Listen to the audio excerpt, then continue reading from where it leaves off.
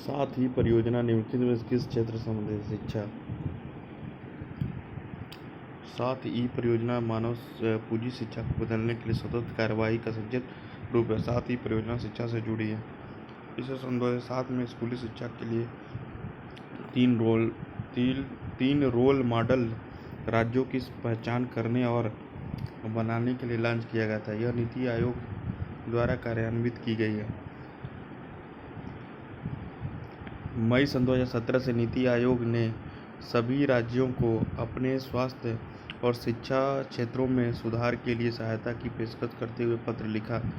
साथ ही पहला राज्यों के साथ औपचारिक समझौतों के आधारित है और इसे नीति आयोग और भाग लेने वाले राज्यों के बीच लागत साझाकरण तंत्र के माध्यम से वित्त पोषित किया जाएगा। झारखंड, उड़ीसा, मध्य प्रदेश को आदर्श राज्यों के रूप में चुना गया था। साथ ही का पहला चरण मार्च सन 2020 में पूरा हुआ। परियोजना साथ ही 2.0 का दूसरा चरण नीति आयोग द्वारा अक्टूबर सन 2020 में 2 वर्ष के कार्यकाल के लिए शुरू किया गया। निम्नलिखित में से क्या अकुशल श्रमिकों के प्रवास का कारण है। गरीबी। अकुशल श्रमिकों के पलायन का एक कारण गरीबी। अकुशल श्रमिक अपने परिवार के भरण पोषण और अपने मूल देशों में बेरोजगारी, युद्ध या गरीबी से बचने के तरीकों की तलाश में पलायन करते हैं। भारतीय जनगणना सन 2011 के आंकड़ों के अनुसार आंकड़ों ने जनगणना की कि अंतर्राज्यीय आवाजाही के लिए आंतरिक प्रवासियों की कुल संख्या 450 मिलियन है। सन 2001 जनगणना के बाद से 45% की वृद्धि है। उत्तर प्रदेश, बिहार, मध्य प्रदेश, राजस्थान भारत में प्रवास के प्रमुख मूल राज्यों में से दिल्ली, केरल, महाराष्ट्र, गुजरात और तमिलनाडु इन प्रवासी श्रमिकों के लिए महत्वपूर्ण गंतव्य राज्य है।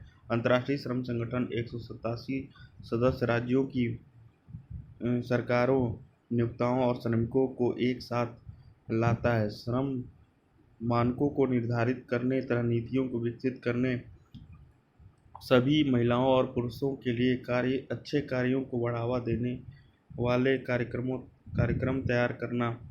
ILO की स्थापना 1919 में वायसराय की संधि द्वारा राष्ट्र संघ की एक संबद्ध एजेंसी के रूप में की गई थी। इसका मुख्यालय जिनेवा, स्विट्जरलैंड में है। अक्टूबर सन 2021 तक ILO के अध्यक्ष महानिदेशक गाई राइडर हैं। राष्ट्रीय ग्रामीण स्वास्थ्य मिशन के संदर्भ में निम्नलिखित में से कौन एक प्रशिक्षित सामुदायिक स्वास्थ्य कार्यकर्ता आशा का कार्य नहीं है। प्रसव पूर्व देखभाल की जांच के लिए महिलाओं को स्वास्थ्य सुविधा से जोड़ना, गर्भावस्था का पता लगाने के लिए गर्भावस्था परीक्षण किट का उपयोग करना, पोषण और टीकाकरण के बारे में जानकारी प्रदान करना। बच्चे के प्रसव का संचालन ये नहीं होगा। बच्चों के प्रसव का संचालन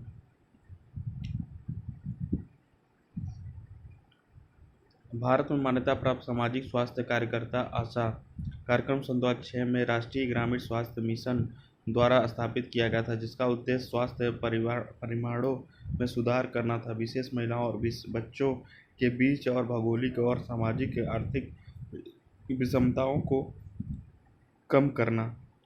आशाओं की भर्ती किया जाता है और अपने स्वयं के समुदायों में स्वास्थ्य कार्यकर्ताओं, शिक्षकों और बुनियादी आवश्यक सेवाओं के प्रदाताओं के रूप में काम करने के लिए प्रशिक्षित किया जाता है। आशा कार्यकर्ताओं की जिम्मेदारियां: नई गर्भधारण, जन्म और मृत्यु की पहचान और पंजीकरण, स्वास्थ्य सेवाओं की मांग और सहायता के लिए समुदाय को जुटाना, परामर्श देना, उसका समर्थन करना, बीमारी के मामलों की पहचान करना, प्रबंधन करना या उसका जिक्र करना, घर के दौरे, प्राथमिक चिकित्सा और टीकाकरण सत्र के माध्यम से स्वास्थ्य सेवा वितरण का समर्थन करना, डेटा को बनाए रखना, सामुदायिक स्तर की स्वास्थ्य योजना में भाग लेना। पंचायत समिति के प्रमुख कार्यों में से एक है पंचायत स्तर पर अन्याय प्रशासन से निपटना, ग्रामीण औद्योगिकरण से निपटना, राज्य के वित्तीय मामलों से निपटना, सामुदायिक विकास परियोजना या योजनाओं को लागू करना। सामुदायिक विकास परियोजनाओं और योजनाओं को लागू करना। पंचायत समिति के निम्नलिखित कार्य हैं: कृषि और कृषि विस्तार, सामुदायिक विकास परियोजनाओं या योजनाओं को लागू करना, कुक्कुट पालन, डेयरी और पशुपालन, वयस्क और अनौपचारिक शिक्षा, व्यावसायिक शिक्षा और तकनीकी प्रशिक्षण शिक्षा, सहकारी, कुटीर, ग्राम और खादी उद्योग, जल प्रबंधन, लघु सिंचाई और जल संभरण विकास, लघु उद्योग विशेषकर खाद्य प्रसंस्करण उद्योग, जिला परिषद और ग्राम पंचायत के बीच एक कड़ी के रूप में कार्य करना। भारत में संविधान के भाग 9 पंचायती राज से संबंधित है। पंचायती राज प्रणाली वह प्रणाली है जो जमीनी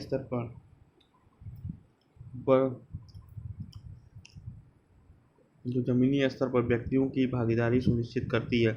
पंचायती राज व्यवस्था भारत के संविधान की राज्य सूची में शामिल है।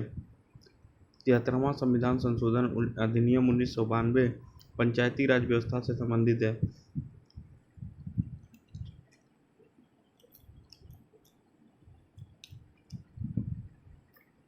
राजस्थान अपने नागौर जिले में 2 अक्टूबर 1959 को पंचायती राज व्यवस्था लागू करने वाला पहला राज्य है। बलवंत राय मेहता समिति ने 3 स्तरीय पंचायत संरचना की सिफारिश की है। जिला स्तर पर जिला परिषद, प्रखंड स्तर पर पंचायत समिति, ग्राम स्तर पर ग्राम पंचायत। 1978 में जनता पार्टी सरकार द्वारा दिसंबर 1977 में नियुक्त अशोक मेहता समिति ने अपनी रिपोर्ट प्रस्तुत की, जिसके आधार पर मंडल पंचायतों और शीर्ष पर जिला परिषद से मिलकर 2 स्तरीय प्रणाली द्वारा 3 स्तरीय प्रणाली को प्रतिस्थापन की बात कही थी। पंचायती राज दिवस हर साल 24 अप्रैल को मनाया जाता है। भारत के संविधान का भाग 9A नगर पालिकाओं से संबंधित। हरियाणा और राजस्थान ऐसे राज्य हैं जहाँ पंचायती चुनाव लड़ने के लिए न्यूनतम शैक्षिक योग्यता की आवश्यकता होती है। अरुणाचल प्रदेश पंचायती राज संस्थानों में अनुसूचित जातियों के लिए सीटें आरक्षित नहीं करता। भारत के संविधान की अनुसूची 12 नगर पालिकाओं की शक्तियाँ, अधिकार और जिम्मेदारियों से संबंधित है।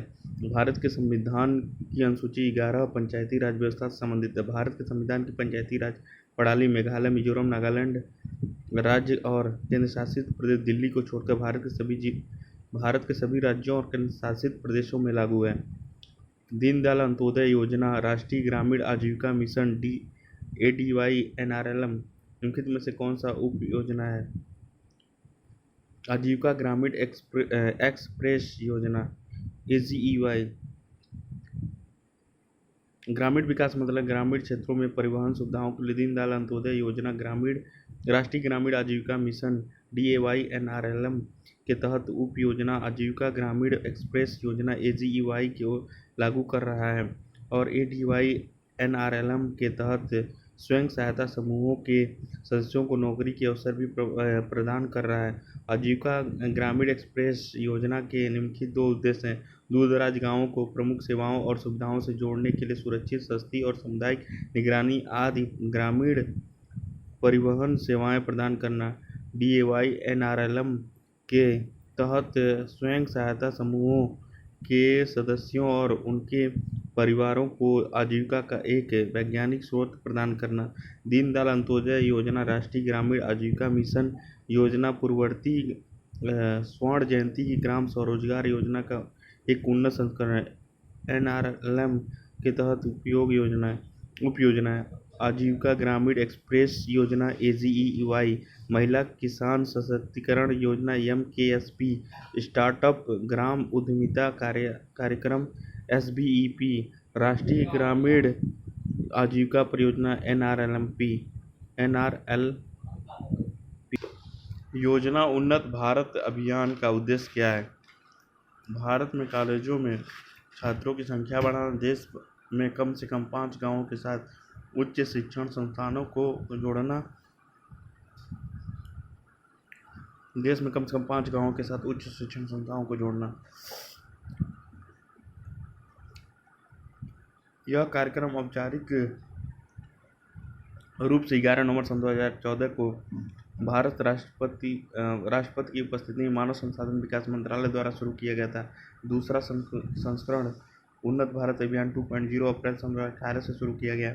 यह समावेशित भारत की वास्तुकला के निर्माण में मदद करने के लिए ज्ञान संस्थाओं का समर्थन करके ग्रामीण विकास मंत्रालयों प्रक्रियाओं में परिवर्तन की दृष्टि से प्रेरित है। इस योजना का उद्देश्य उच्च शिक्षा संस्थाओं को कम से कम 5 गांवों के समूह से जोड़ना है ताकि वे आर्थिक और सामाजिक बेहतरी में योगदान कर सकें। इसका उद्देश्य उभरते हुए व्यवसायों के लिए ज्ञान और अभ्यासों को प्रदान करके और ग्रामीण भारत की विकास आवश्यकताओं के जवाब में सार्वजनिक और निजी दोनों क्षेत्रों की क्षमताओं को उन्नत करके समाज एक समावेशी शैक्षिक प्रणाली के बीच एक चक्र बनाता है। योजना के उद्देश्य उच्च शिक्षण के संस्थाओं और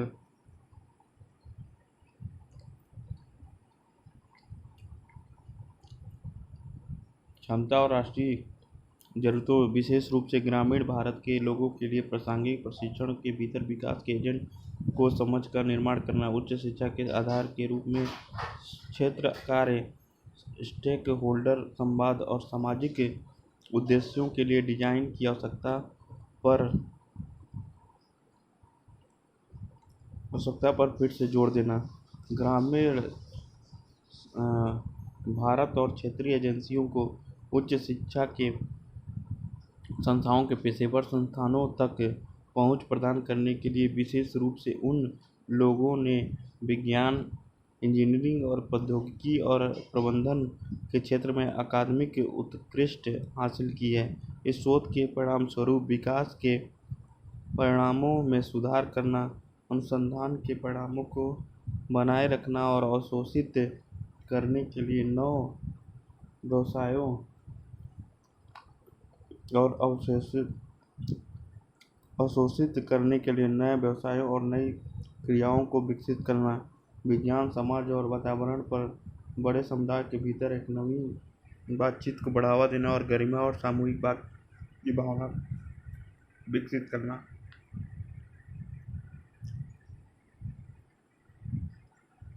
जल जीवन मिशन का उद्देश्य देश के प्रत्येक ग्रामीण परिवार को सुरक्षित पाइप से कब तक पेयजल उपलब्ध कराना है। सन 2024 15 अगस्त सन 2019 को प्रधानमंत्री नरेंद्र मोदी ने जल जीवन मिशन की घोषणा की थी, जो सन 2024 तक देश के हर ग्रामीण परिवार को सुरक्षित पेयजल उपलब्ध कराने के लिए है। इस मिशन की कुल लागत लगभग 3.6 लाख करोड़ रुपए, इसमें से केंद्र का हिस्सा लगभग 2.08 लाख करोड़ रुपए है।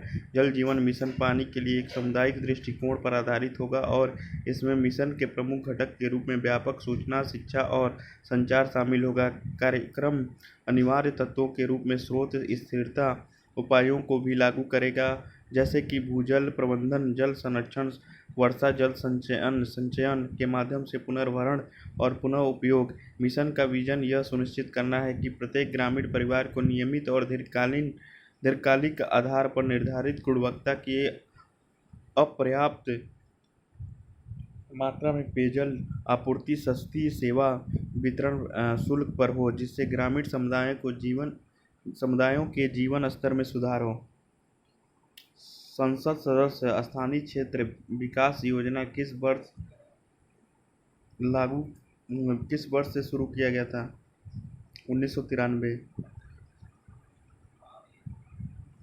संसद सदस्य स्थानीय क्षेत्र विकास योजना वर्ष 1993 में शुरू की गई थी। इसे दिसंबर 1993 में शुरू किया गया था ताकि संसद सदस्यों को टिकाऊ सामुदायिक संपत्ति के निर्माण के लिए विकासात्मक प्रकृति के कार्यों के सिफारिश करने और स्थानीय स्तर पर महसूस की गई जरूरतों के आधार पर सामुदायिक बुनियादी ढांचे सहित बुनियादी सुविधाओं के प्रावधान के लिए एक तंत्र प्रदान किया जा सके। प्रारंभ में यह योजना ग्रामीण विकास योजना मंत्रालय के नियंत्रण में थी।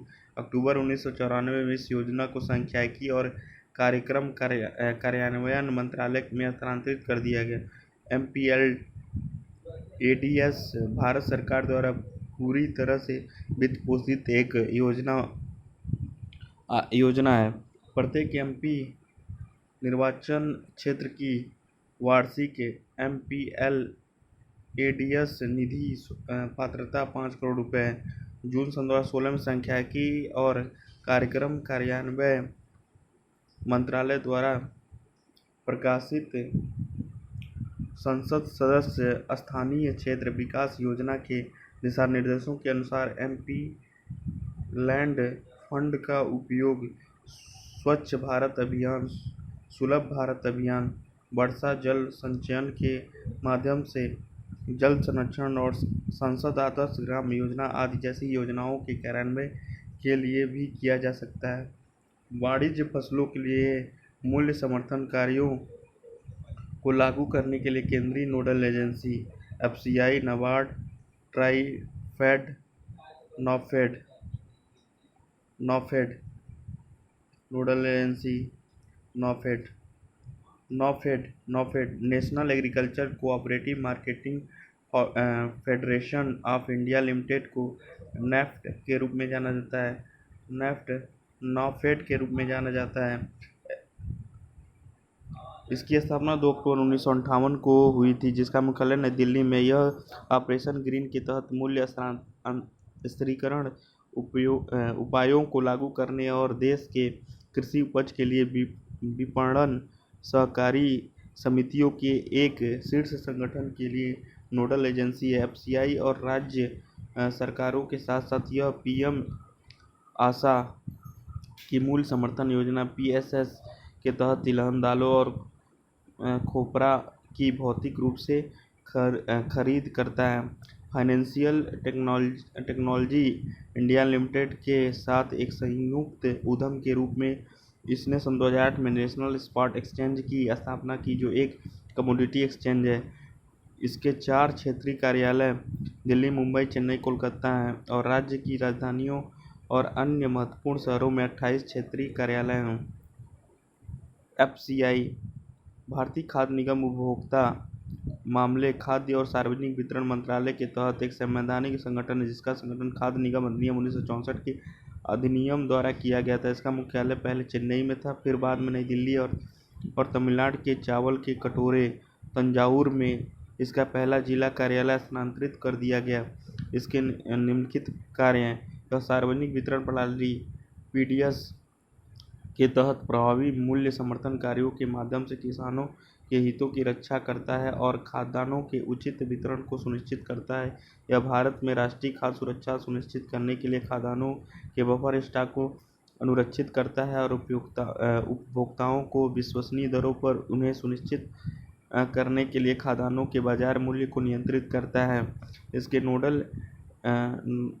इसके नोएडा, कोलकाता, मुंबई, गुवाहाटी और चेन्नई में 5 जोनल कार्यालय हैं। नाबार्ड राष्ट्रीय कृषि और ग्रामीण विकास बैंक की स्थापना 1982 में B. शिवरामन कमेटी की सिफारिश के आधार पर की गई थी। यह एक शीर्ष विकास वित्त संस्थान है जो पूरी तरह से भारत सरकार के अधीन मुंबई में मुख्यालय के साथ है। इसमें 3 संस्थानों agriculture credit department ACD, RBI के Grameen Yojana credit sale, agriculture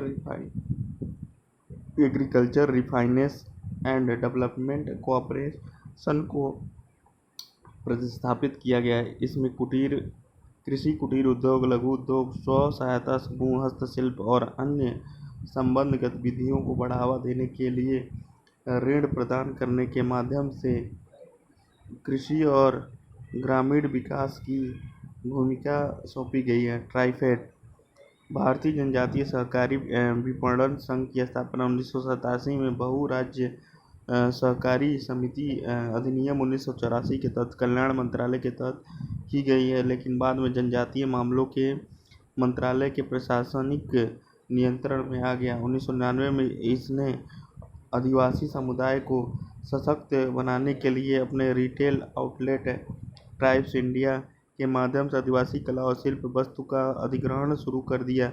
TRIFED का प्राथमिक उद्देश्य लघु वन उत्पादन के व्यापार को स्थागत बनाना और ताकि आदिवासियों को इसके द्वारा उत्पादित अधिशेष कृषि उत्पादों की एक योग्य कीमत प्रदान की जा सकती है। उसने विभिन्न पहले शुरू की गई वन धन योजना, वन धन सामाजिक दूरी जागरूकता अभियान और टेक फॉर ट्राइबल्स योजना, इसका मुख्यालय नई दिल्ली में है। किस राज्य में पंचायती समिति को मंडल पंचायत के नाम से जाना जाता है? कर्नाटक। पंचायती समिति ग्राम पंचायत और जिला परिषद के बीच की कड़ी है। यह नाम राज्यों में भिन्न है। आंध्र प्रदेश में मंडल परिषद, गुजरात में तालुका पंचायत और कर्नाटक में मंडल पंचायत है। पंचायत समिति भारत में मध्यवर्ती तहसील, तालुका, मंडल स्तर पर एक ग्रामीण स्थानीय सरकार पंचायत निकाय है।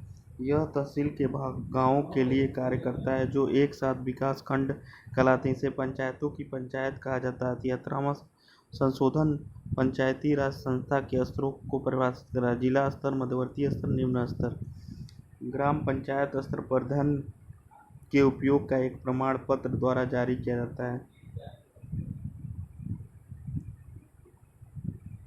जनपद पंचायत द्वारा ग्राम पंचायत स्तर पर धन के उपयोग का प्रमाण पत्र जारी किया जाता है। पंचायत समिति जनपद पंचायत का दूसरा नाम है। पंचायत समिति के अंतर्गत कई ग्राम सभाएं हैं। ग्राम सभा ग्राम पंचायत के काम को मंजूरी देती है।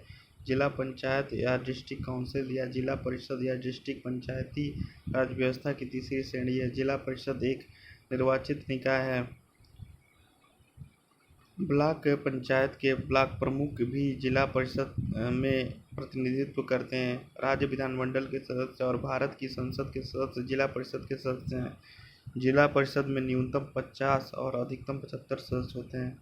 ग्राम पंचायत प्रणाली के 3 स्तर हैं। ब्लॉक स्तर,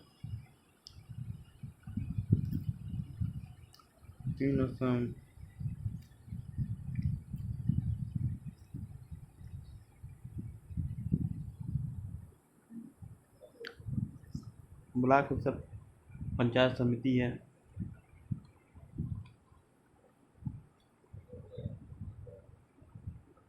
पंचायत राज प्रणाली वह प्रणाली है जो जमीनी स्तर पर हर व्यक्ति के लिए भागीदारी सुनिश्चित करती है। 73वां संविधान संशोधन अधिनियम 1992 पंचायती राज व्यवस्था से संबंधित है। भारत के संविधान के भाग 9 अनुसूची 11 पंचायती राज व्यवस्था से संबंधित है। राजस्थान का नागौर जिला 2 अक्टूबर 1959 को पंचायती राज व्यवस्था लागू करने वाला पहला राज्य है। हरियाणा और राजस्थान ऐसे राज्य है जहां पंचायती चुनाव लड़ने के लिए न्यूनतम शैक्षिक योग्यता की आवश्यकता होती है। अरुणाचल प्रदेश पंचायती राज संस्थानों में अनुसूचित जातियों के लिए सीटें आरक्षित नहीं करता।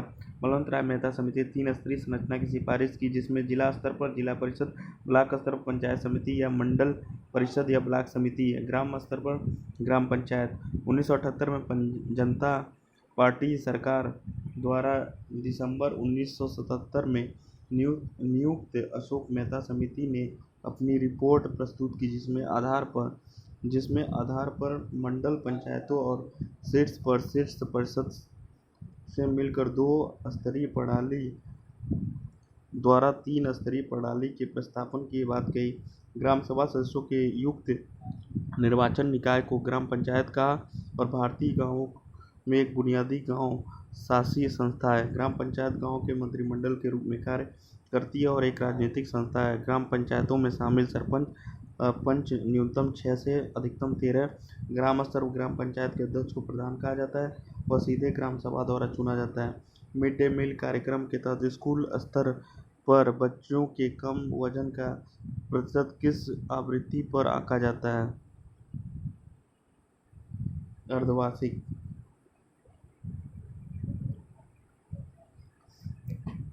मध्याह्न भोजन के कार्यक्रम के तहत स्कूल स्तर पर बच्चों का कम वजन वाले अर्धवार्षिक के आधार पर मूल्यांकन किया जाता है। प्राथमिक शिक्षा के लिए पोषण संबंधी सहायता का राष्ट्रीय कार्यक्रम आमतौर पर मिड डे मील योजना के रूप में जाना जाता है। अगस्त 1995 में एक केंद्र प्रायोजित योजना के रूप में शुरू किया गया था। यह योजना शुरू में सरकारी, स्थानीय निकाय और सरकारी सहायता प्राप्त स्कूलों में प्राथमिक स्तर के बच्चों पर केंद्रित था, 1 से 5। इसे अक्टूबर सन 2002 में शिक्षा गारंटी योजना EGS वैकल्पिक और अभिनव शिक्षा एआई के तहत केंद्रों में पढ़ने वाले बच्चों को शामिल करने के लिए बढ़ाया गया था। मानव संसाधन विकास मंत्रालय द्वारा मध्याह्न भोजन योजना स्वीकृत, वित्त पोषित और निगरानी की जाती है। प्राथमिक शिक्षा और साक्षरता। सितंबर सन 2021 से केंद्रीय मंत्रिमंडल ने सरकारी और सरकारी सहायता प्राप्त स्कूलों में गर्म पका हुआ भोजन उपलब्ध कराने के लिए प्रधानमंत्री पोषण शक्ति निर्माण या पीएम पोषण को मंजूरी दी। इस योजना ने स्कूलों में मध्याह्न भोजन या मध्याह्न भोजन योजना को राष्ट्रीय कार्यक्रम की जगह ले ली। निम्नलिखित में से कौन सा भारत में सबसे बड़ा ग्रामीण रोजगार कार्यक्रम है? मनरेगा। मनरेगा महात्मा गांधी ग्रामीण रोजगार गारंटी अधिनियम पहली बार 1991 में बीपी नरसिंहा राव सरकार द्वारा प्रस्तुत किया गया था। इसे रोजगार आश्वासन योजना कहा जाता था। अब यह मनरेगा में तब्दील हो गया। उद्देश्य ग्रामीण अकुशल श्रमिकों को 100 दिनों का गारंटीकृत रोजगार प्रदान कर ग्रामीण क्षेत्रों से शहरी क्षेत्रों में श्रमिकों के प्रवास में कमी। ट्राइसेम स्वरोजगार के प्रति ग्रामीण युवाओं का प्रशिक्षण। इसका उद्देश्य 18 से 35 वर्ष के आयु वर्ग के ग्रामीण गरीबों की बुनियादी तकनीकी उद्यमशीलता और कौशल प्रदान करना, जो उन्हें आय सृजन गतिविधियों में सक्षम बनाता है। भोजन के लिए कार्य और राष्ट्रीय कार्य के बदले भोजन कार्यक्रम ग्रामीण विकास मंत्रालय द्वारा 14 नवंबर सन 2004 को शुरू किया था। कौशल विकास कार्यक्रम।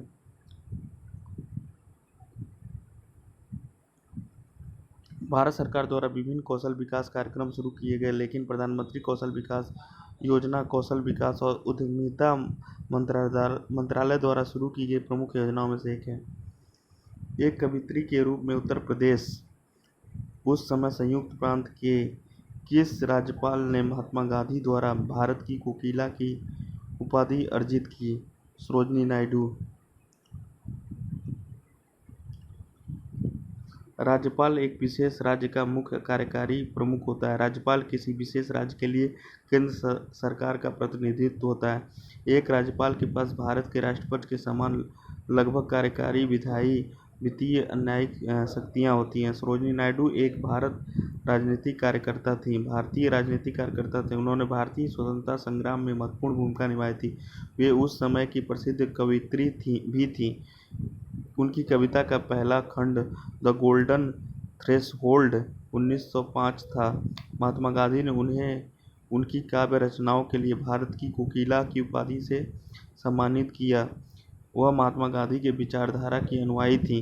वे 1925 में भारतीय राष्ट्रीय कांग्रेस की अध्यक्ष बनी। वह 1947 में संयुक्त प्रांत की पहली महिला राज्यपाल थी।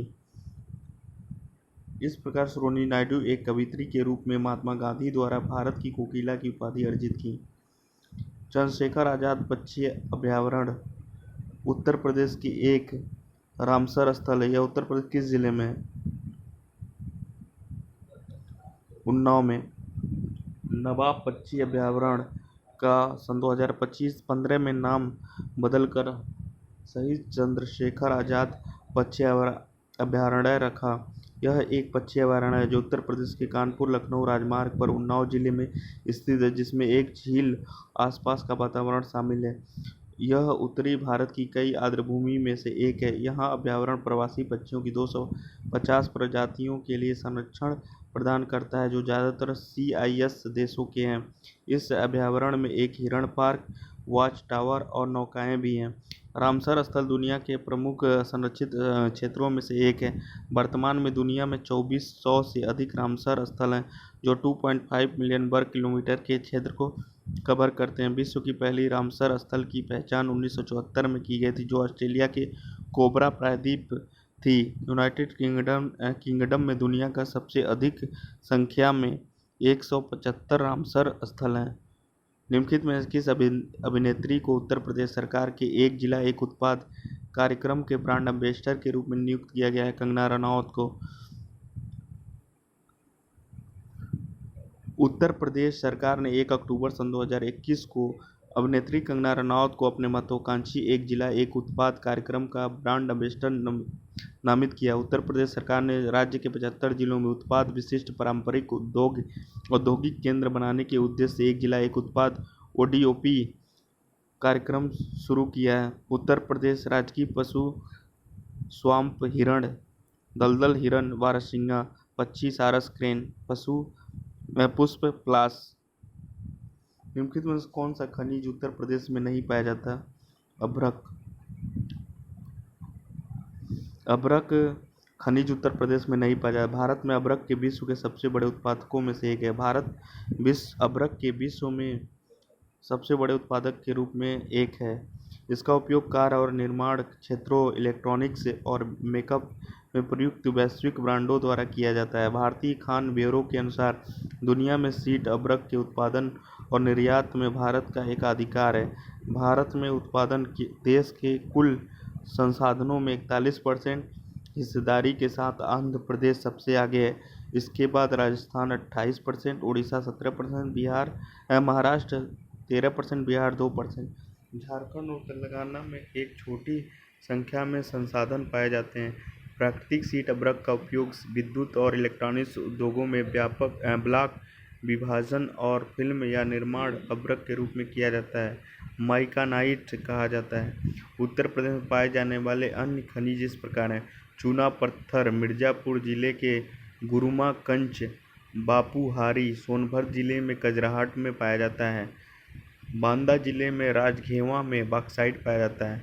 गैर प्लास्टिक फायर क्ले मिर्जापुर जिले के बांसी और मकरी खोह क्षेत्रों में पाई जाती है। डोलामाइट मिर्जापुर, सोनभद्र, बांदा जिले के करवी और मऊ जिले में पाया जाता है। इलाहाबाद जिले में करछना में कांच रेत पाई जाती है। संगमरमर मिर्जापुर और सोनभद्र में पाया जाता है। उत्तर प्रदेश के निम्नलिखित में से कौन सा जिला विशिष्ट और उत्कृष्ट डिजाइन वाले कालीनों के उत्पादन और निर्यात के लिए विश्व प्रसिद्ध है? भदोही।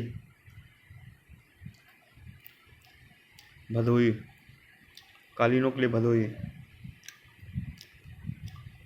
उत्तर प्रदेश का भदोही जिला विशिष्ट और उत्कृष्ट डिजाइन वाले कालीनों के उत्पादन और निर्यात के लिए विश्व प्रसिद्ध है। भदोही जिले को 30 जून 1964 को वाराणसी जिले से अलग कर उत्तर प्रदेश का 65वां जिला बनाया गया। भदोही का पुराना नाम संत रविदास था।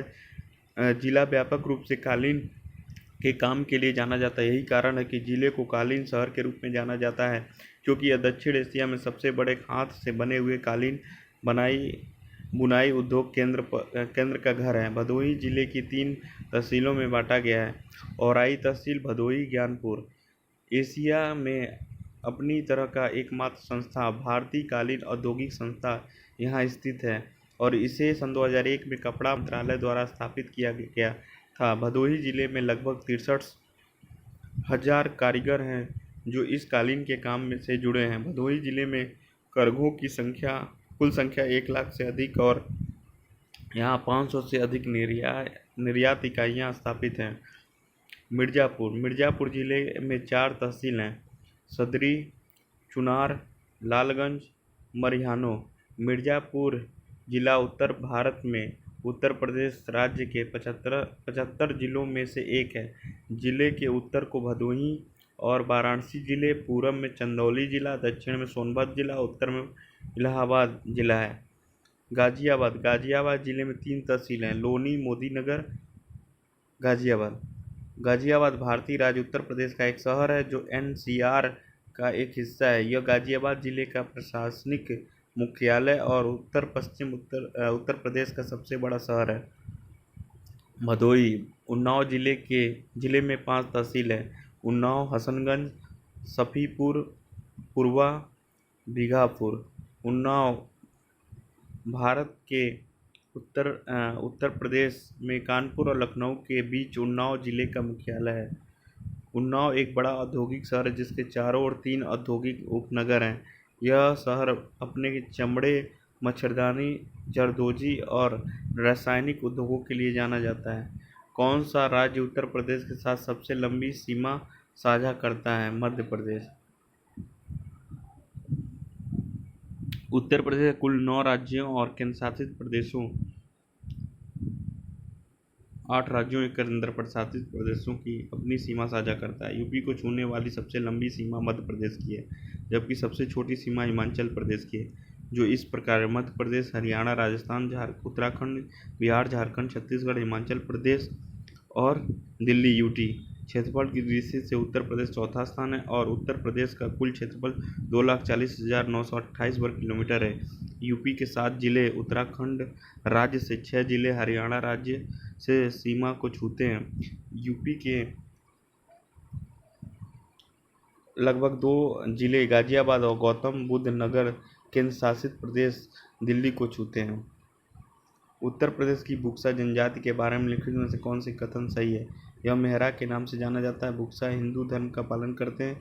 उत्तर प्रदेश में बुक्सा को अनुसूचित जनजाति के रूप में वर्गीकृत किया गया है। ये सभी सही हैं। बुक्सा मुख्य रूप से भारतीय राज्यों उत्तराखंड और उत्तर प्रदेश में रहने वाली स्वदेशी है। उत्तर प्रदेश में ये बिजनौर जिले में पाए जाते हैं। उत्तर प्रदेश में बुक्सा को अनुसूचित जनजाति के रूप में वर्गीकृत किया गया है। इन्हें मेहरा के नाम से जाना जाता है। मेहरा का अर्थ होता है ज्ञानी व्यक्ति। बुक्सा बहुविवाह करते हैं। बुक्सा विधवा पुनर्विवाह में विश्वास रखते हैं। निम्नलिखित में कौन सा संगीत उत्तर प्रदेश से संबंध नहीं है? रसिया, बिरहा, कजरी, टप्पा। टप्पा उत्तर प्रदेश से संबंध नहीं है। टप्पा एक अर्ध शास्त्रीय संगीत है जो प्राय पंजाब से आता है। रसिया, बिरहा, कजरी उत्तर प्रदेश के लोक संगीत हैं। रसिया को ज़्यादातर राधा और कृष्ण के विषयों के साथ गाया जाता है। बिरहा बिहार और उत्तर प्रदेश का एक लोकगीत शैली है। कजरी उत्तर प्रदेश का एक मौसम आधारित संगीत है। उत्तर प्रदेश का राज्य लोगो किस जंतु को दर्शाता है? मछली। उत्तर प्रदेश का प्रतीक भारतीय राज्य उत्तर प्रदेश की सरकार की आधिकारिक मुहर है।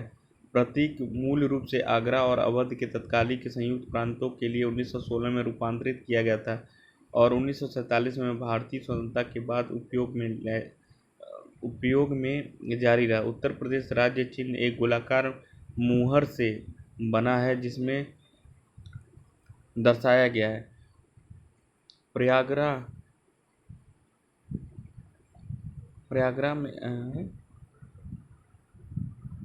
प्रयागराज में गंगा और यमुना नदियों का संगम, अवध के पूर्व मुस्लिम शासकों का प्रतिनिधित्व करने के लिए मत्स्य मछली की एक जोड़ी, राज्य के अंदर अवधवा में पैदा हुए हिंदू देवता राम का प्रतिनिधित्व करने के लिए एक धनुष और तीर। मुहर के आसपास की किंवदंती उत्तर प्रदेश सरकार के रूप में अनुवादित है। उत्तर प्रदेश में राज्य में लोगों में मत्स्य मछली को दर्शाया गया। उत्तर प्रदेश में गोकुल पुरस्कार किसके लिए दिया जाता है? दूध उत्पादन के लिए। उत्तर प्रदेश में गोकुल पुरस्कार अधिकतम दूध उत्पादन के लिए दिया जाता है। सन 2021 में यह पुरस्कार कुंवरपुर गांव की सुधा पांडे को प्रदान किया गया। सुधा पांडे को यह पुरस्कार 5वीं बार मिला है। गोकुल पुरस्कार के लगभग 50,000 रुपये का चेक एक गाय और भगवान कृष्ण की मूर्ति दी जाती है। यह स्वयं सहायता समूह भी चलाती हैं और अपने गांव में जैविक खेती को बढ़ावा देने के लिए एक अभियान भी चलाती हैं। हिंदी को उत्तर प्रदेश की राजभाषा कब घोषित किया गया था? 1947 को। अक्टूबर 1947 में हिंदी को उत्तर प्रदेश की राजभाषा घोषित किया गया था। 1968 में उत्तर प्रदेश सरकार ने कार्यालयों में हिंदी भाषा का प्रयोग किया। उत्तर प्रदेश में हिंदी भाषा को एक विशेष वातावरण प्रदान करने के लिए राज्य सरकार ने 1982 में एक भाषा कोष का गठन किया। उत्तर प्रदेश की एक अन्य लोकप्रिय भाषा उर्दू है। 18वीं शताब्दी की शुरुआत में उर्दू अधिक लोकप्रिय हो गई। भाषाओं के अलावा उत्तर प्रदेश में कई बोलियां लोकप्रिय हैं। अवधी, ब्रजभाषा, बघेली, बुंदेली इसमें से कुछ हैं। अनुच्छेद 345 राज्य की आधिकारिक भाषा राज्य विधानसभाओं को अपने आधिकारिक उद्देश्यों के लिए राज्य में उपयोग में आने वाली किसी एक या अधिक भाषाओं या हिंदी का उपयोग करने की अनुमति देता है। अनुच्छेद 347 एक राज्य की आबादी के एक वर्ग द्वारा बोली जाने वाली भाषा से संबंधित विशेष प्रावधान देता है और राष्ट्रपति को राज्य के भीतर या किसी भी हिस्से में जनसंख्या के पर्याप्त अनुपात द्वारा बोली जाने वाली भाषा को पहचानने की शक्ति प्रदान करता है। हमारे संविधान की 8वीं अनुसूची में स्पष्ट रूप से कहा गया है कि सूची की सभी भाषाओं को राष्ट्रीय भाषा माना जाना चाहिए। 22 भाषा भारतीय संविधान की अनुसूची 8 का हिस्सा है।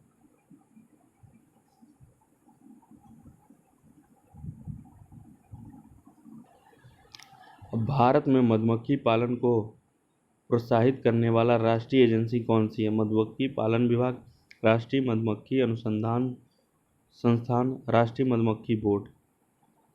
राष्ट्रीय मधुमक्खी बोर्ड। राष्ट्रीय मधुमक्खी बोर्ड या छोटी किसानों के कृषि व्यवसाय संघ द्वारा सन 2000 में सोसाइटी पंजीकरण अधिनियम 1860 के तहत एक सोसाइटी के रूप में पंजीकृत किया गया था।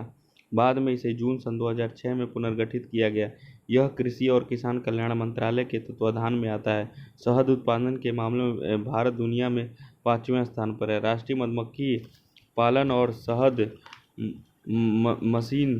मिशन की घोषणा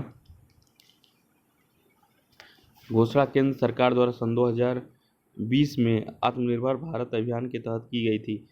इसने आत्मनिर्भर अभियान के तहत मधुमक्खी पालन के लिए 500 करोड़ रुपए आवंटित किया। मधुमक्खी पालन विभाग बेंगलोर में स्थित है। मधुमक्खी पालन की विधि को मधुमक्खी पालन कहते हैं। राष्ट्रीय मधुमक्खी अनुसंधान संस्थान पुणे महाराष्ट्र में है। राष्ट्रीय मधुमक्खी अनुसंधान संस्था पुणे महाराष्ट्र में है। माघ मेला के दिन शुरुआत में मकर संक्रांति, बसंत संक्रांति, अक्षय तृतीया, मकर संक्रांति के दिन शुरू होता है। माघ मेला मकर संक्रांति के दिन शुरू होता है। माघ मेला मकर संक्रांति के दिन शुरू होता है। प्रत्येक वर्ष जनवरी में मकर संक्रांति के दिन माघ मेला शुरू होता है। यह हिंदू धार्मिक कैलेंडर के अनुसार पहला महत्वपूर्ण स्नान दिवस है। यह शुभ तिथियों पर संगम पर पवित्र डुबकी लगाने वाले तीर्थयात्रियों की भीड़ के साथ शुरू होता है। यह हिंदुओं के लिए सबसे बड़े वार्षिक धार्मिक अवसरों में से एक है। हिंदू पौराणिक कथाओं ने माघ मेले की उत्पत्ति को ब्रह्मांड की शुरुआत माना है। एक महत्वपूर्ण अवसर उत्तर प्रदेश के इलाहाबाद के पास प्रयाग में त्रिवेणी संगम के तट पर प्रत्येक वर्ष माघ मेला आयोजित किया जाता है। मुख्यमंत्री योगी आदित्यनाथ, राजधानी लखनऊ, राज्यपाल आनंदीबेन पटेल। मदन मोहन मालवीय प्रौद्योगिकी विश्वविद्यालय स्थित है गोरखपुर में। मदन मोहन मालवीय प्रौद्योगिकी विश्वविद्यालय गोरखपुर में से मदन मोहन मालवीय प्रौद्योगिकी विश्वविद्यालय गोरखपुर के स्थापना सन 2013 में मदन मोहन मालवीय इंजीनियरिंग कॉलेज गोरखपुर के पुनर्गठन के बाद एक गैर संबद्ध शिक्षण और अनुसंधान विश्वविद्यालय के रूप में उत्तर प्रदेश सरकार द्वारा की गई। इसकी स्थापना 1962 में हुई थी। विज्ञान, प्रौद्योगिकी और प्रबंधन शिक्षा में अध्ययन, अनुसंधान, प्रौद्योगिकी,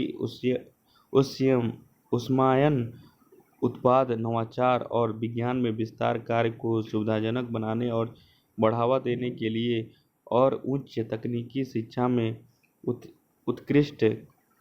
उत्कृष्टता प्राप्त करने के लिए भी। उत्तर प्रदेश योगी आदित्यनाथ मुख्यमंत्री हैं। राज्यपाल आनंदीबेन पटेल हैं। राजधानी लखनऊ। उत्तर प्रदेश के राज्य लोक सेवा आयोग के कृतियों का विस्तार किसके द्वारा किया जाता है?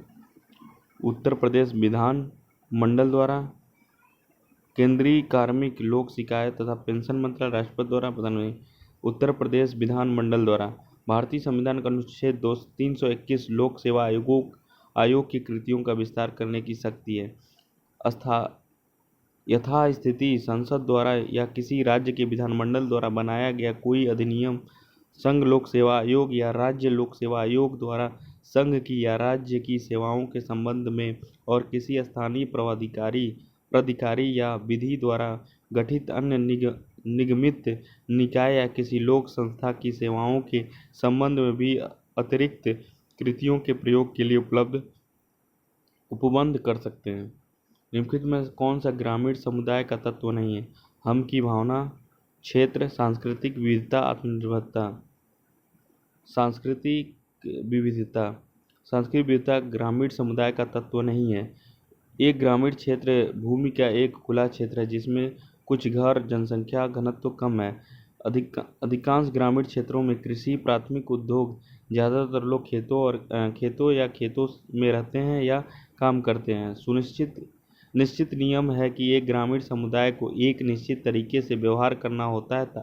हालांकि व्यापक विशेषताएं है जो अधिकांश समय सामान्य पाई जाती हैं। ग्रामीण समुदाय के कुछ तत्व। समुदाय क्षेत्र का आकार, जनसंख्या का घनत्व, कृषि मुख्य व्यवसाय है, प्राकृतिक आत्मनिर्भरता के साथ निकट संपर्क, जनसंख्या की एकरूपता, सामाजिक संतुष्टि, सामाजिक संपर्क, सामाजिकता, सामाजिक एकजुटता, संयुक्त परिवार। हम की भावना। वे शहरी क्षेत्रों में एक परिवार के विपरीत रीति रिवाजों और परंपराओं को एक समुदाय के रूप में मानते हैं। क्षेत्र। आपको एक छोटे से क्षेत्र में विभाजित कई ग्रामीण समुदाय मिलेंगे। एक ही ग्रामीण क्षेत्र में भिन्न भिन्न सामुदायिक बस्तियां पाई जाती हैं। आत्मनिर्भरता।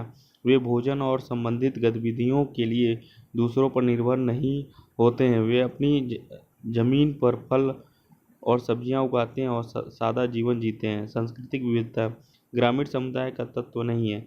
लोग समान परंपरा, समान नैतिकता, समान संस्कृति का पालन करते हैं। वे सामान्य कार्य और संबद्ध गतिविधियां करते हैं। उत्तर प्रदेश के किस जिले में व्यापार सुविधा केंद्र शिल्प संग्रहालय स्थापित है? वाराणसी।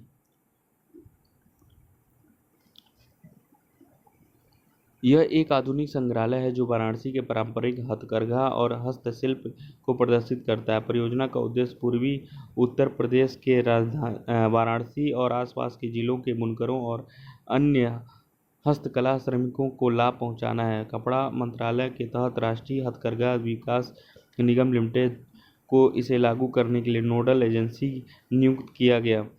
यह 200 करोड़ की परियोजना है और यह 8 एकड़ के क्षेत्र में आई है। आधुनिक आर्ट गैलरी की प्रदर्शन में लतिका कट्ट, मदन लाल और कई अन्य कलाकार शामिल हैं।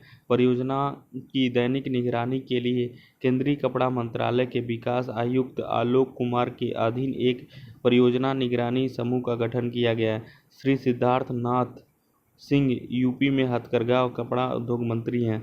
उत्तर प्रदेश भारत के कुल कपड़ा उत्पादन का 13.24% उत्पादन करता है। यह देश का सबसे बड़ा कपड़ा बाजार भी है।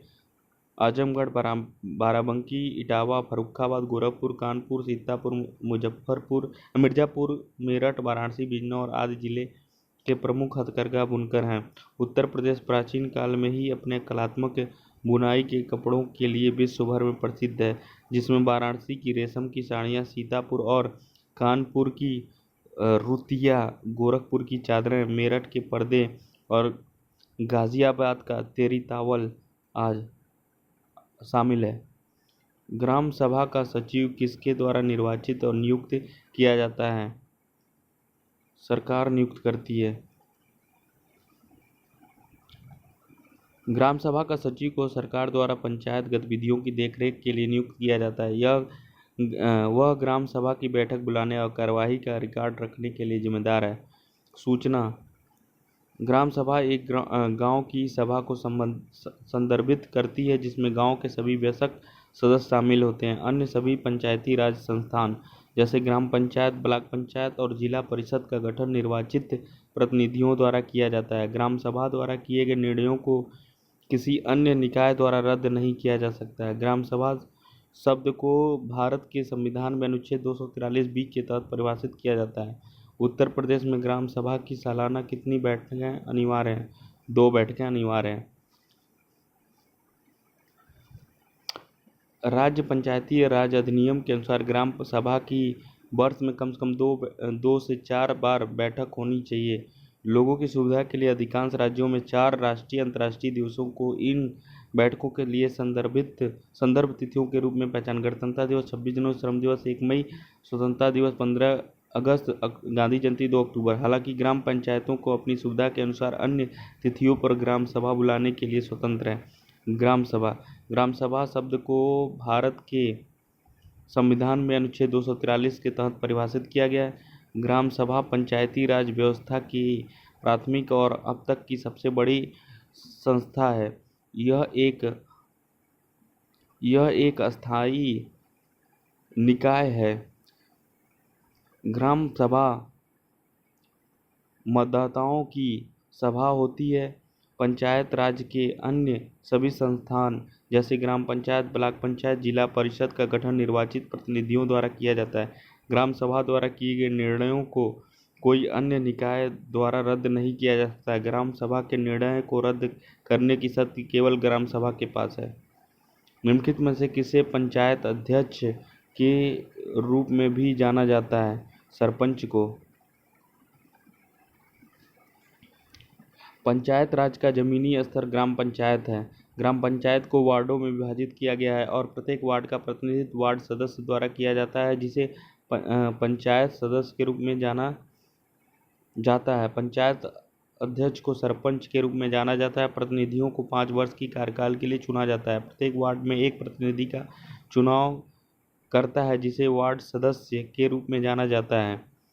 पंच, वार्ड सदस्य पंच। ग्राम सभा के सभी सदस्य एक सरपंच का चुनाव भी करते हैं, जो पंचायत अध्यक्ष होता है। ग्राम पंचायत 5 साल के लिए चुनी जाती है। ग्राम पंचायत में एक सचिव होता है, जो ग्राम सभा का सचिव भी होता है। यह व्यक्ति निर्वाचित व्यक्ति नहीं होता है, बल्कि सरकार द्वारा नियुक्त किया जाता है। सचिव ग्राम सभा और ग्राम पंचायत की बैठक बुलाने और कार्यवाही का रिकॉर्ड रखने के लिए जिम्मेदार है। पंचायती राज व्यवस्था की 3 स्तरीय संरचना, इनमें से 3 स्तरीय पंचायत के निम्नतम स्तर पर है।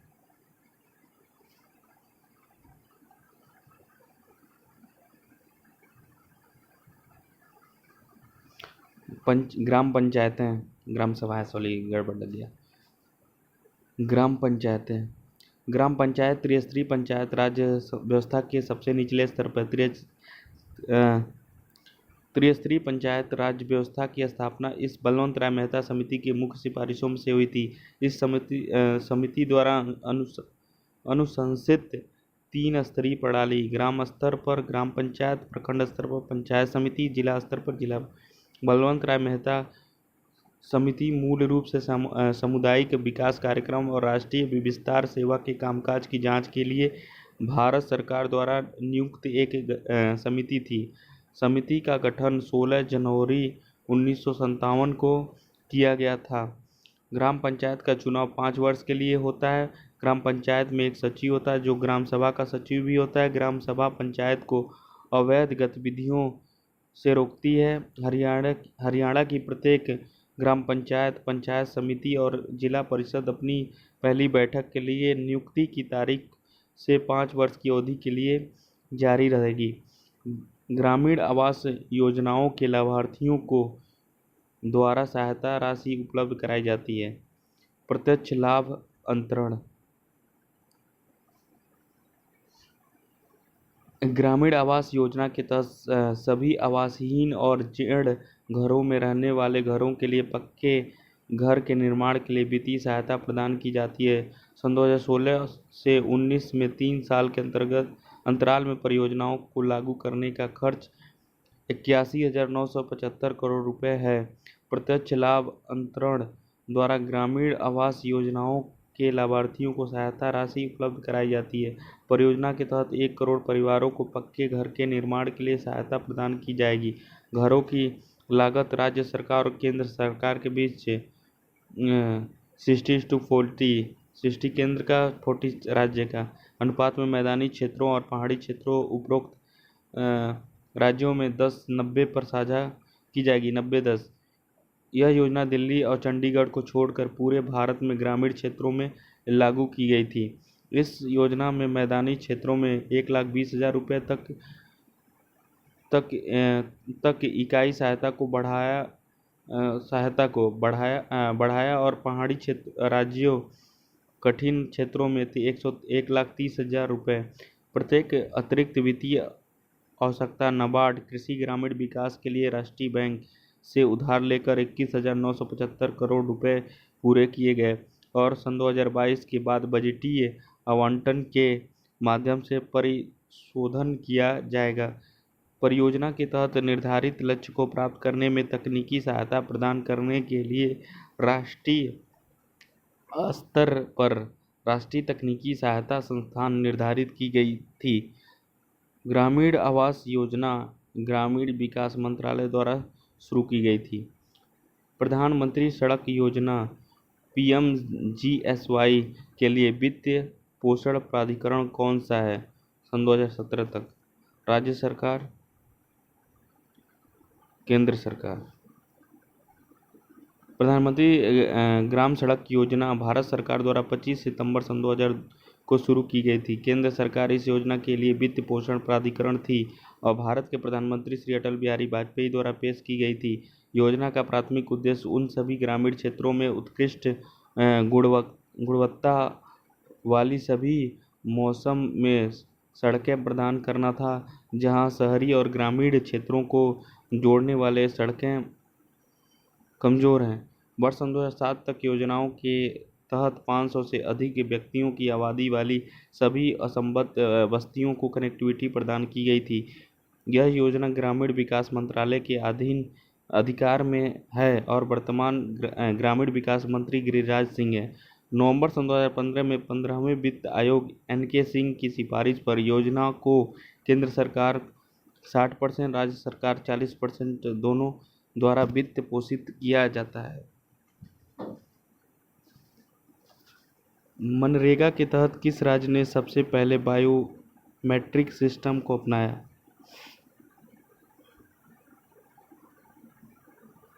झारखंड। झारखंड राज्य पहली बार मनरेगा के तहत एक बायोमेट्रिक प्रणाली को अपनाया। आधार को जोड़ने वाला झारखंड पहला राज्य था और पहली बार वर्ष सन 2013 में परियोजना के तहत विश्वसनीय भुगतान सुनिश्चित करने के लिए श्रमिकों की बायोमेट्रिक प्रणाली को अपनाया। मनरेगा में बायोमेट्रिक के कार्यान्वयन के लाभ सटीक और कुशल उपस्थिति रिकॉर्ड, समय धोखाधड़ी का उन्मूलन, पहचान की प्रक्रिया का स्वचालन, मजदूरी की उच्च सटीकता दर, पेरोल गणना के लिए समर्थन, भुगतान धोखाधड़ी का शमन। मनरेगा महात्मा गांधी राष्ट्रीय ग्रामीण रोजगार गारंटी अधिनियम के लिए एक संक्षिप्त रूप है। महात्मा गांधी ग्रामीण रोजगार गारंटी अधिनियम 23 अगस्त सन 2005 को पारित किया गया था और इस योजना को आधिकारिक तौर पर 2 फरवरी सन 2006 को शुरू किया गया था। इस योजना का पहले राष्ट्रीय ग्रामीण रोजगार गारंटी अधिनियम के रूप में जाना जाता था। अधिनियम में कम से कम 100 दिनों के काम का प्रावधान है, जो एक वित्तीय वर्ष में गारंटीकृत मजदूरी प्रदान करता है। योजना के तहत कुल 708 जिले शामिल हैं। भारत में सामाजिक वनीकरण पद का प्रथम प्रयोग 1976 में। सामाजिक वानिकी शब्द का प्रयोग पहली बार 1976 में राष्ट्रीय कृषि आयोग द्वारा किया गया था। इसकी शुरुआत 5वीं पंचवर्षीय योजना में की गई थी। सामाजिक वानिकी का अर्थ होता है पर्यावरण, सामाजिक और ग्रामीण विकास में मदद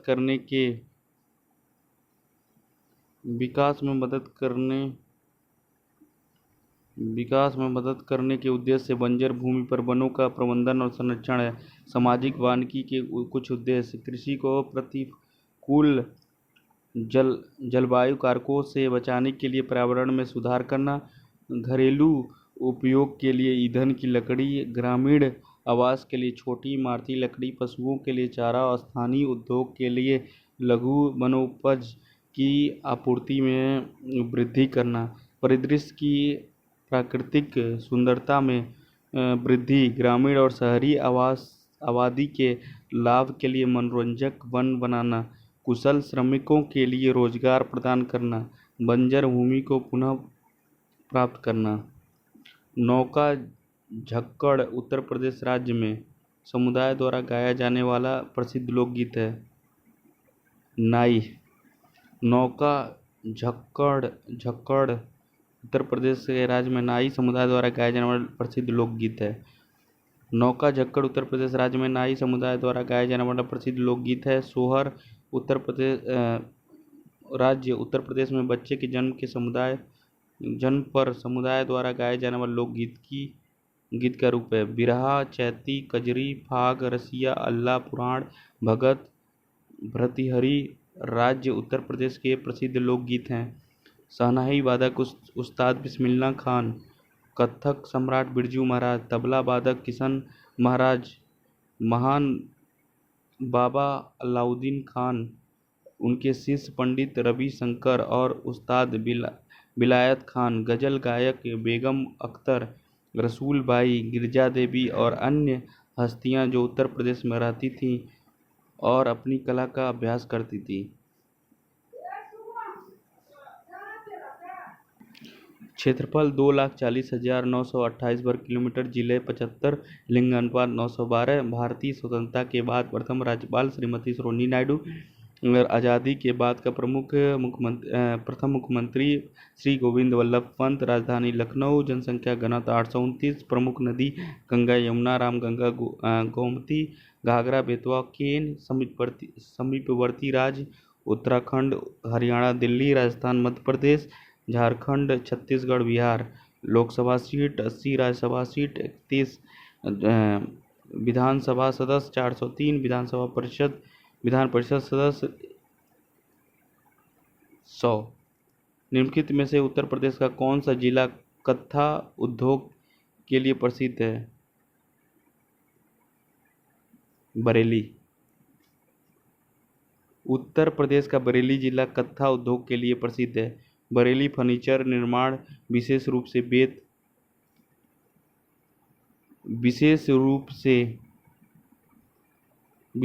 से बेंत फर्नीचर के लिए भी एक प्रमुख केंद्र है। इस शहर में बांस बरेली के नाम से भी जाना जाता है। इलाहाबाद को प्रधानमंत्रियों के शहर के रूप में जाना जाता है। आज़ादी के बाद भारत के 15 प्रधानमंत्रियों में से 7 का इलाहाबाद के साथ संबंध है। इन प्रधानमंत्रियों का जवाहरलाल नेहरू, लाल बहादुर शास्त्री, इंदिरा गांधी, राजीव गांधी, गुलजारीलाल नंदा, विश्वनाथ प्रताप सिंह, चंद्रशेखर। आगरा को पेठा और विभिन्न यूनेस्को विश्व धरोहर स्थलों के लिए जाना जाता है। लखनऊ को नवाबों का शहर के रूप में भी जाना जाता है। यह अपने चिकन काम कपड़ों की वस्तुओं के लिए प्रसिद्ध है। कालीन बाजार खोलने के लिए उत्तर प्रदेश के निम्नलिखित में से किस जिले को चुना गया? भदोही। कालीन बाजार खोलने के लिए उत्तर प्रदेश के भदोही जिले को चुना गया है। यह दक्षिण एशिया में सबसे बड़ा हाथ से बुना हुआ कालीन बुनाई उद्योग हब है। कालीन उद्योग प्रमोशन काउंसिल इंडिया के अनुसार उत्तर प्रदेश के भदोही जिले में अकेले निर्यात का 7,000 करोड़ रुपए हैं। कुछ अन्य महत्वपूर्ण उत्तर प्रदेश जिले और उनके उत्पाद: अमरोहा संगीत वाद्य यंत्र के लिए प्रसिद्ध है। अलीगढ़ अपने ताले और हार्डवेयर के लिए प्रसिद्ध है। औरैया खाद्य प्रसंस्करण देसी घी के लिए प्रसिद्ध है। मेरठ मूज उत्पादों के लिए प्रसिद्ध है। बरेली जारी जरदोजी के लिए प्रसिद्ध है। महिलाओं और बच्चों के कुपोषण के मुद्दे से निपटने के लिए सन 2021 में उत्तर प्रदेश में कौन सी योजना शुरू की गई थी? मुख्यमंत्री सक्षम सुपोषण योजना, मातृत्व सहयोग योजना, हौसला पोषण योजना, पीएम जन आरोग्य। मुख्यमंत्री सक्षम सुपोषण योजना। महिलाओं और बच्चों के सुपोषण के मुद्दे से निपटने के लिए उत्तर प्रदेश में मुख्यमंत्री सक्षम सुपोषण योजना शुरू की गई थी। यूपी मुख्यमंत्री योगी सक्षम सुपोषण योजना सन 2021 के उद्देश्य 0 से 6 साल के बच्चों में बौनेपन की रोकथाम और 6% की एक समग्र कमी करना। 0 से 6 वर्ष के बच्चों के कुपोषण की रोकथाम और कुल मिलाकर 6% की कमी, प्रतिवर्ष 2%। 6 से 59 महीने के बच्चों में एनीमिया के प्रसार को 9% तक कम करना। 15 से 59 वर्ष की आयु के किशोर, गर्भवती और स्तनपान कराने वाली माताओं में एनीमिया के प्रसार में 9% की कमी कम जन्म वजन के साथ पैदा हुए बच्चों की कुल संख्या में 6% की गिरावट। यूपी मुख्यमंत्री योगी सक्षम सुपोषण योजना सन 2020-21 की मुख्य विशेषता है। नाम उत्तर प्रदेश सक्षम सुपोषण योजना द्वारा शुरू किया गया। मुख्यमंत्री योगी आदित्यनाथ। वर्ष सन 2021 बजट 4,094 करोड़। लाभार्थी महिलाएं। उद्देश्य कुपोषित बच्चों को लाभ पहुंचाना। कुपोषण का प्रभाव। एक व्यक्ति एक लंबे समय के लिए एक संतुलित आहार नहीं मिल पाता तो वह व्यक्ति की प्रतिरोधक क्षमता कम हो जाती है। रोग प्रतिरोधक क्षमता कम होने से व्यक्ति जल्द ही बीमारी का शिकार हो जाता है। बच्चों में कुपोषण की समस्या बहुत आम है। कुपोषण के कारण महिलाओं में रक्त अल्पता के कारण ग्वाइटर रोग, अब बच्चों में रिकेट या यहाँ तक कि रतौंधी और अंधापन भी हो जाता है। मातृत्व सहयोग योजना। गर्भवती स्तनपान कराने वाली माताओं को बेहद स्वास्थ्य और पोषण के लिए नगद प्रोत्साहन प्रदान करके बेहतर सक्षम वातावरण में योगदान करना। हौसला पोषण योजना। गर्भवती महिलाओं में कुपोषण बच्चों को पौष्टिक आहार उपलब्ध कराना। पीएम जन आरोग्य योजना।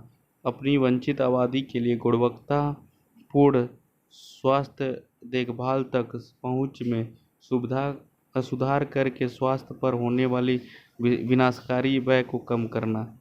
उत्तर प्रदेश में माई गवर्नमेंट मेरी सरकार पोर्टल लॉन्च किया। इस पोर्टल के माध्यम से राज्य के लोग सरकार को विभिन्न फीडबैक दे सकते हैं और यूपी सरकार उन्हें राज्य की विभिन्न योजनाओं के बारे में भी सूचित कर सकती है। उत्तर प्रदेश मुख्यमंत्री योगी आदित्यनाथ मेरी गवर्नमेंट मेरी सरकार पोर्टल लॉन्च किया। इस पोर्टल के माध्यम से सरकार लोगों से फीडबैक प्राप्त करेगी, उन्हें सरकार की विभिन्न योजनाओं की जानकारी भी देगी। पोर्टल अपनी कुशल सेवा के लिए जाना जाएगा।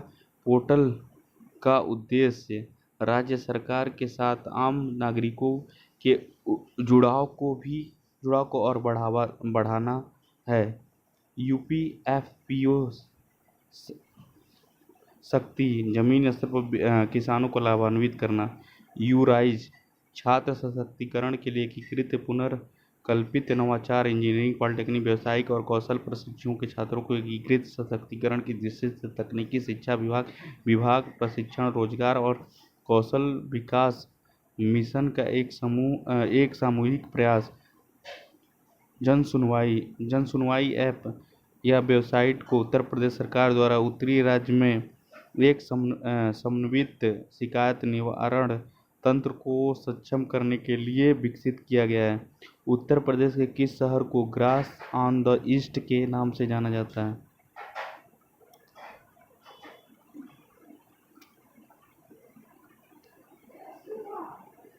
कन्नौज को। पूरब की घास कन्नौज शहर को दिया गया उपनाम है। कन्नौज को ऋषभ दीक्षित का साम्राज्य और भारत की इत्र राजधानी के नाम से भी जाना जाता है। इसकी 200 से अधिक परफ्यूम डिस्टिलरी है और यह अपने पारंपरिक कन्नौज परफ्यूम, तंबाकू आदि के लिए विश्व प्रसिद्ध है। उत्तर प्रदेश में ताप विद्युत संयंत्र NTPC Dadri, Rihand thermal power station, Singrauli super thermal power station, Feroze Gandhi Unchahar thermal power station. Uttar Pradesh का प्रसिद्ध स्मारक ऐतिहासिक स्थल ताजमहल, बुलंद दरवाजा, पंचमहल, बनारस घाट, आगरा का किला। प्रसिद्ध stadium green park stadium Kanpur, Bharat Ratna Shri Atal Bihari Vajpayee Ekana cricket stadium Lucknow. Uttar Pradesh में राष्ट्रीय उद्यान दुधवा राष्ट्रीय उद्यान। कन्या विद्याधन योजना के तहत उत्तर प्रदेश सरकार ने किस श्रेणी को उत्तीर्ण पास करने के बाद प्रेरक पुरस्कार राशि प्रदान करेगा? 12वीं। कन्या विद्याधन योजना के तहत उत्तर प्रदेश सरकार ने 12वीं उत्तीर्ण पास करने पर प्रेरक पुरस्कार राशि प्रदान करती है। उत्तर प्रदेश राज्य सरकार उच्च शिक्षा प्राप्त करने में गरीब महिला उम्मीदवारों की सहायता के लिए कदम उठा रही है। यह योग्य आवेदकों को छात्रवृत्ति के रूप में वित्तीय सहायता प्रदान करके पूरा किया जाता है। यूपी कन्या विद्याधन योजना एक ऐसी कार्यक्रम है जो योग्य छात्राओं को वित्तीय सहायता प्रदान करता है। योजना के नियमों के अनुसार चयनित आवेदक 30,000 रुपये की छात्रवृत्ति यूपी कन्या विद्याधन योजना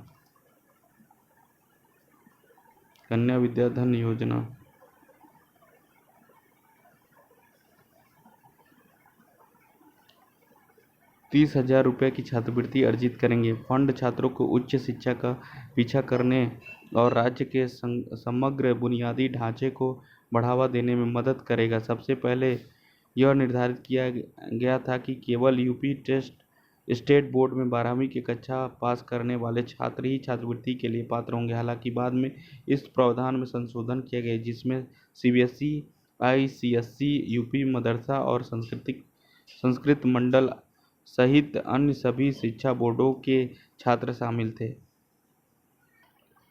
मोटे अनुमान के आधार पर 1 लाख महिला छात्रों के लाभ होने की उम्मीद है। उत्तर प्रदेश राजधानी लखनऊ, राज्यपाल आनंदीबेन पटेल, मुख्यमंत्री योगी आदित्यनाथ, उप मुख्यमंत्री केशव प्रसाद मौर्य, ब्रजेश पाठक। उत्तर प्रदेश डिफेंस कॉरिडोर में निवेश करने के लिए अगस्त सन 2021 में किस सरकारी उद्यम ने समझौता ज्ञापन पर हस्ताक्षर किया है? Bharat dynamics limited.